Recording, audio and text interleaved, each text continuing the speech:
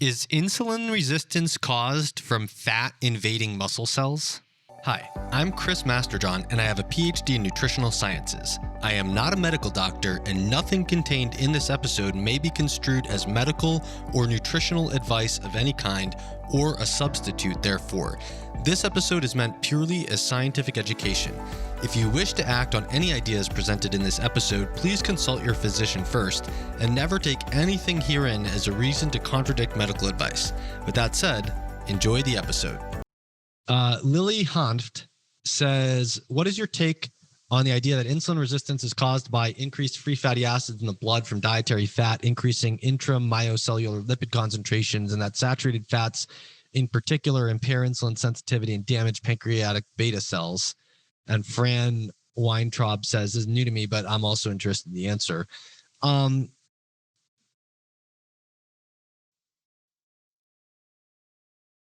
think that, first of all, I think increased free fatty acids in the blood. That's going to be a normal reaction to dietary fat. And I think that if you have increased fatty acids and increased glucose, that you have more energy to dispose of. And if you have more energy to dispose of and you don't dispose of the energy, then that's going to cause insulin resistance. Intramyocellular lipid, there's not supposed to be a lot of intramyocellular lipid. And in a myocyte, you're supposed to have glycogen there. And if you're displacing it with fat, that's not going to be very good for the muscle cell. But also, the mere fact that you got lipid droplets in the muscle cell basically proves that you weren't burning the fat.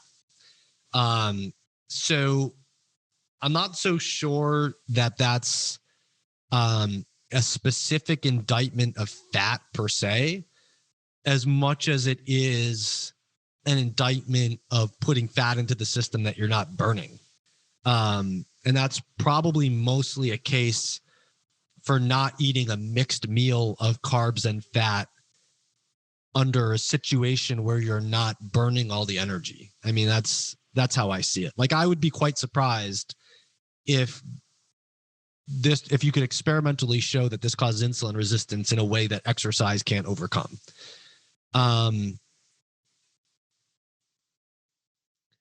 And the saturated fat question is interesting to me, but to be honest, if it was, I haven't looked into all the research on it, because my baseline is the real problem is mixing fuels and not burning them.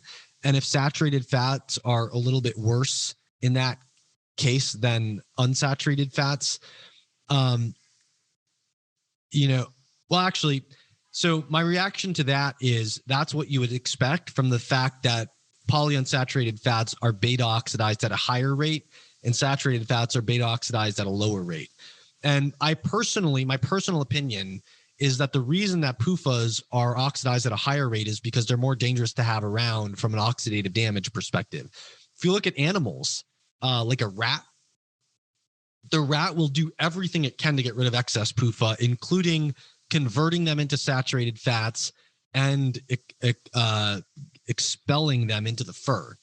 And so in humans, we share at least one thing with the rat, which is that we beta oxidize PUFAs at a higher rate than we beta oxidize saturated fats, and I presume that it's for the same reason, that it's just dangerous to have them around. Now, that works great when you are in energy balance, but if you have a constant supply of mixed carbs and fat, and you don't have to do any work to get it, and you are in a overfed state, then at some point, the fact that saturated fats aren't burned as easily means they're more likely to get stuck in the cell.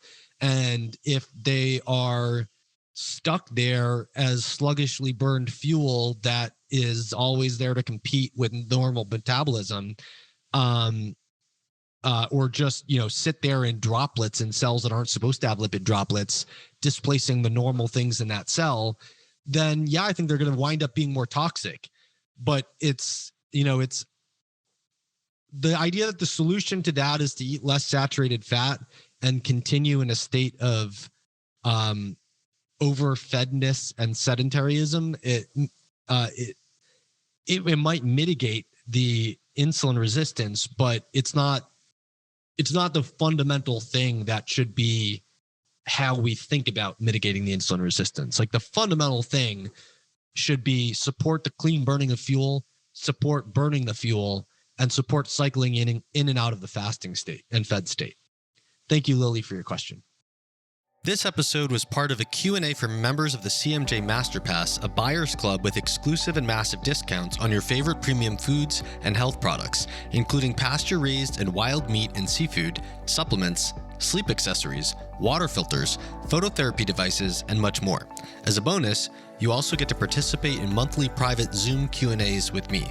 You can join the Masterpass at chrismasterjohnphd.com/masterpass and use the code Q&A, spelled out as Q-A-N-D-A, Q&A, for a 10% lifetime discount.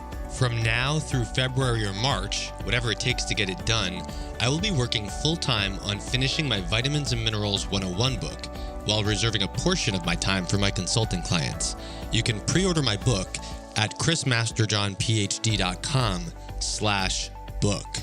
In my consulting, I am neither a medical practitioner nor a coach. I serve as your data analyst and your strategist. I teach you scientific principles of health and wellness, help you analyze your data, and help brainstorm actionable strategies. You can sign up for a consultation at chrismasterjohnphd.com/consultations. I will try to respond to comments here when I can, but my presence will be intermittent while I'm finishing my book. I hope you enjoyed this, and I will see you in the next episode.